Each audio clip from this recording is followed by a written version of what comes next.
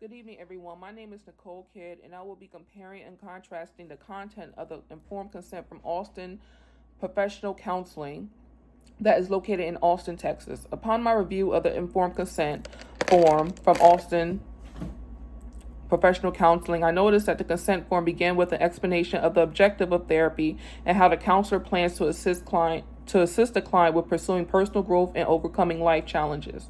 The counselor further notated the structure and format of the sessions and length of time that it might take to work with the client. The counselor stated that it will be best to get to know the client by establishing a rapport in order to make sure that the counseling relationship will be a good match to fit the client's needs for services. The counselor then began to state that they will set the goals to explore history and to set the core foundation of the work ahead together. The provider reiterated that it is important to discuss the feelings that are uncomfortable for the client, and if they are having feelings of discomfort, then it should be discussed further in order to overcome the challenges of awkward situations. The counselor then stated that at any time if a client wants to discontinue service, they have free will to terminate their contract. The counselor then began to discuss the process of the final phase of therapy and how the relationship would end when transitioning to discharge the client from services when they both feel that they have accomplished their goal in a therapeutic setting. The provider also indicated that the client is free to contact them in the future if they feel that services are needed in the future for additional support. The following was also included in a consent form for further review by the client. Multicultural awareness statement, which indicated that their expertise with working with people from different political, cultural, religious, and ethnic backgrounds and sexual orientations. The confidentiality statement, which details the therapeutic environment that will be created in a safe and trusting space, and that all information shared will be kept confidential unless it is for consultation in which the counselor would not disclose any type of identifying information.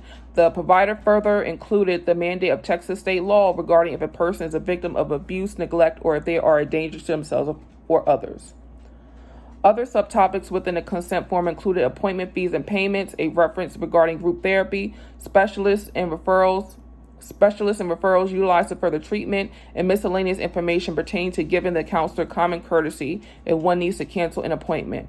If it is an emergency arises, then a client is directed to contact 911 or to a mental health hotline number for services for immediate attention.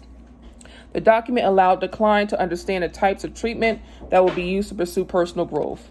The informed consent further stated that the client is not being coerced to engage in any type of particular behavior. Furthermore, the consent form advised that the counselor can consult with other professionals as part of their work, such as a licensed medical professional.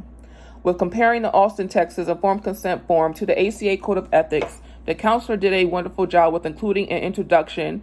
They talked about the client's welfare that is stated in the primary responsibilities of the job, and they also went into great detail that the therapist notes will sometimes get shredded when they that the therapist notes will sometimes get shredded once they are put in a formal narrative. The counselor also did a wonderful job with detailing how the support network will get involved in case he or she feels that they are not fully capable of assisting the client with their needs. The provider also included a statement about the cultural sensitivity and awareness of issues that he or she is fully capable of addressing. The counselor also stated that they are a mandated reporter if they feel that someone will be a danger to themselves or others. Lastly, the counselor stated that they will utilize the relationships that they have with their peers for consultation and or use of a licensed medical professional if they feel that their assistance is needed to further pursue and promote the wellness of an individual. Counselors in North Carolina are mandated to provide a professional disclosure statement, which is to each client prior to the performance of a clinical mental health counseling service.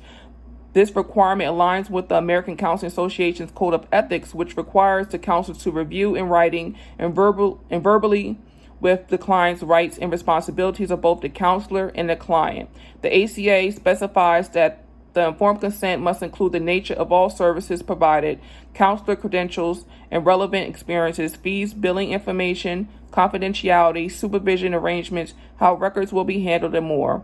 As with any information consent, the goal is to ensure that both the client and the counselor understand the nature of the relationship and the type of services that can be expected.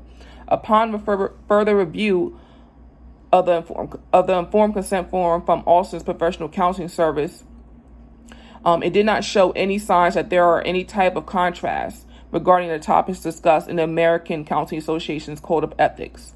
My reaction regarding the form of consent form was of total amazement because of how I saw how closely the form from Texas aligned with the Code of Ethics from the American Counsel Association, as well as from the North Carolina Board of Clinical Mental Health Counselors. It showed me how the provider aligned their goals and objectives with the guidelines of the profession regarding ethical standards.